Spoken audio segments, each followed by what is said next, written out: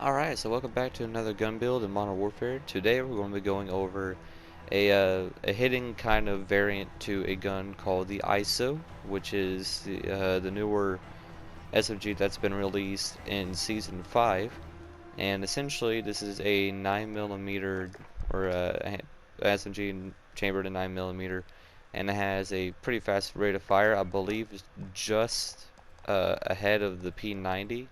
So this sucker can actually shoot pretty fast for being a 9mm, which is actually not that bad. But today we're going to be going over the build to turn it into an assault rifle from a previous game called Call of Duty Ghosts. Now this gun is we're going to eventually turn this gun into the Honey Badger from COD Ghosts, which was a assault rifle that had an integrated suppressor in there.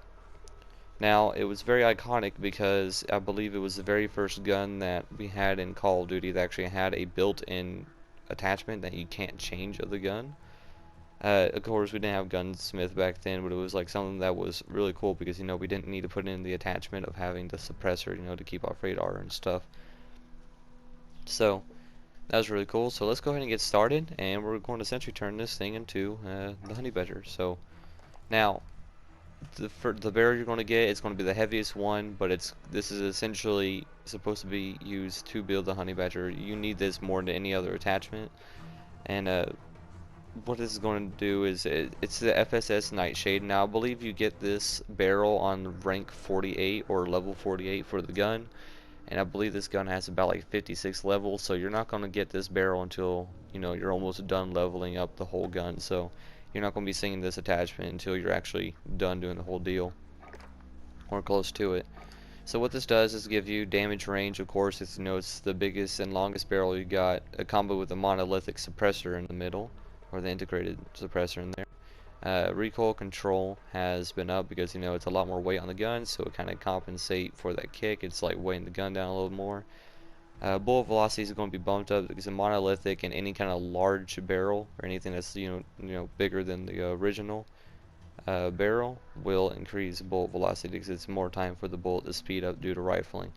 The cons here, or actually there's one last pro, sound suppression, but it's obvious there, it's a suppressor. But the cons being aim down sight speed, since there's a lot more weight on the gun, it does take a little bit longer for you to pull up the gun. And due to the same weight, the movement speed is going to be reduced because there's a lot more weight on our guy, so it's a little bit heavier to carry. It's going to be slightly movement speed, but it's not going to be too much. It's like 0.5 to 0.3%. Like it's barely anything. You're not going to notice it whatsoever. But when you have a integrated attachment of any sort on your barrel in this game, right now so far it's only been suppressors. But who knows? They can add in like a muzzle brake or something that's integrated. But when you have that on there, it does block the muzzle category because technically you already have one for the attachment. So obviously we're not going to be putting anything on the muzzle. From here, we want to go to the underbarrel, and we want to get some type of recoil stabilization. And luckily, the Honey Badger actually has the commando foregrip selected in the game. Now, pros given is recoil stabilization. Now, what that is that it helps control the recoil with the side-to-side bounce or a horizontal recoil. And aiming stability is helping out the weapon sway, so it doesn't sway back and forth. And the cons being movement speed. I don't know why. I guess it's just slightly more weight to the gun, but it doesn't get rid of aim down sight speed. But it's something. But again, you don't need to worry about that. That's by like another 0.3 to 0.5, so that's really just 1% less in all, maybe even less. So you don't need to worry about that. So from there, we want to go to ammunition. Now, you could use the 50 round drum magazine. That is probably preferable in actually like using this gun. But to make it to where it's more accurate to the build, we're just going to go with a 30 round mag because that assault rifle had a base 30 round mags in it. Now obviously this increases your ammo capacity, but it also makes it to where your aim down sight speed and movement speed have been affected. Aim down sight speed is barely going to move at all because this is like the lightest magazine size you can get, so it's about like 1 frame. And movement speed, I mean, it's exactly the same, about 0.3 to 0.5, so 1.5 at most. And then from there, we would want to put on the holographic combat holo sight. Now I put this on here because I'm trying to stick with the campaign honey badger, and it used a holographic in the game, so I'm just going to go with that again. You know, you can do whatever you want for the sight. It doesn't really matter. If you want to, you can just take it off and use the regular iron sights.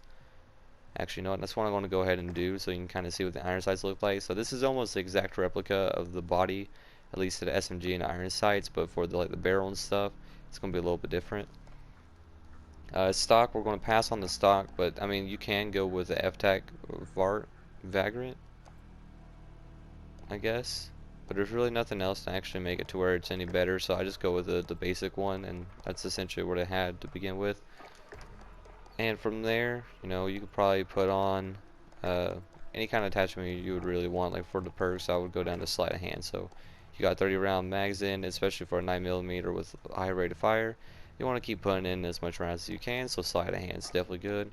And you know, since it's an SMG, throwing on the stipple grip tape is always good. This is the FTAC Elite ISO grip, which is essentially just the stipple grip tape but in a different name.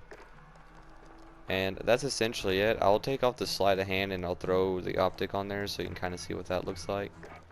Let's go ahead and get into it. I don't know why I have overkill on for this. Do restock, I guess.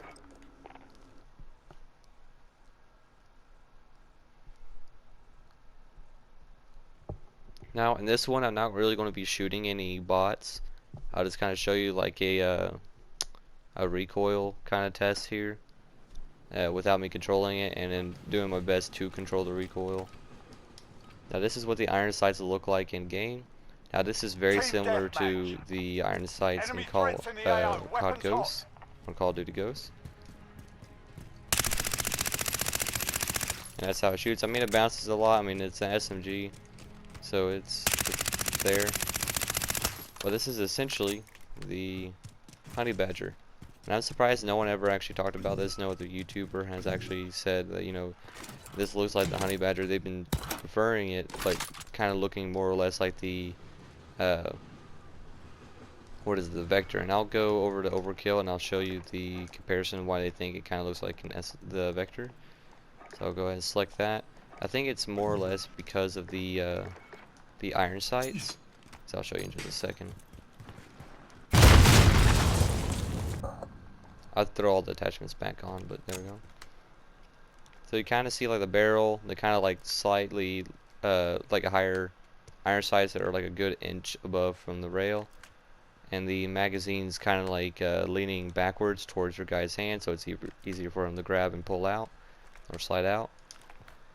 The vector is very similar. The sights are about the same height off. The front end is really the only thing that changes, and the magazine is actually further slanted so it can fall out. So I think that's where they're getting the comparison from, and the barrels look very similar too, but this one's a little different.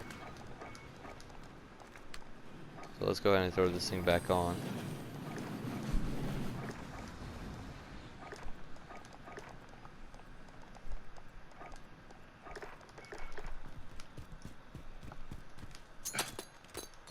Again, with all these attachments on, I'll just go through the recoil and stuff, because I mean, this is not really anything special to show. It's just the build I've found.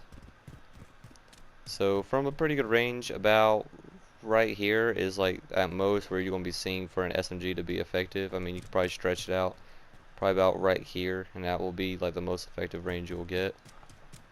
But for the most part, I guess, you know, be right here. So I'm going to go ahead and aim down sight.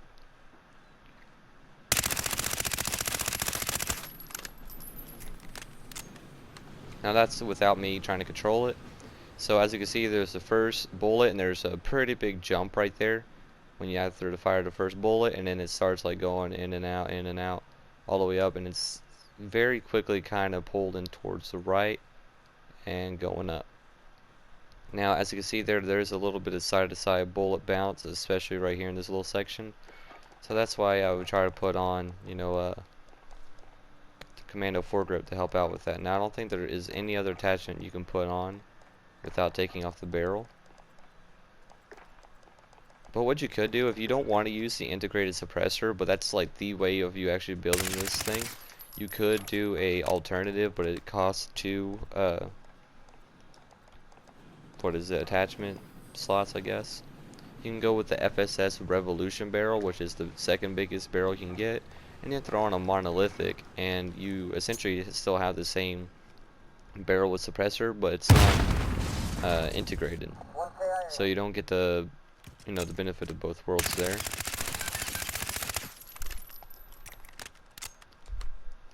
But it looks like that. I mean, the only real difference is that little dip in the barrel right there, where the gray hits the black.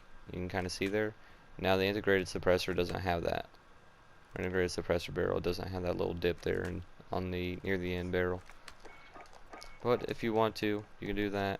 Now, if you're not really trying to run the build or actually trying to get this kind of build there, to make it to where it's the least amount of horizontal recoil or that side-to-side bounce, you can take off the suppressor and run the muzzle brake for your muzzle, obviously.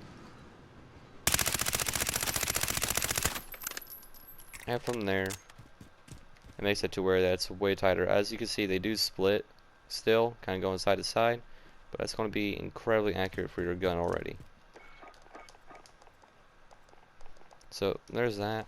Now this gun is already by default incredibly quiet, so it's really not that bad.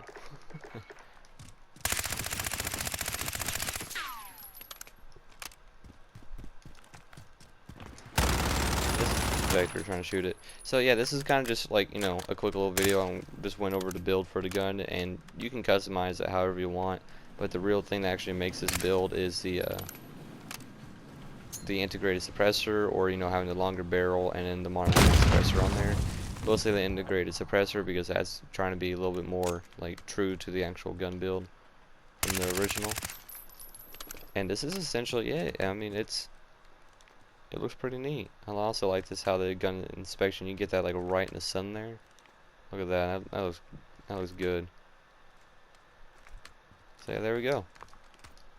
Hope you guys enjoyed this video. Now I'm going to try to be doing like other builds and stuff for this gun, but I just automatically seen this after I made the AN94 video, which should be up a little bit earlier than this. And yeah, there we go. Again, I hope you guys enjoyed it, and I'll see you guys in the next one.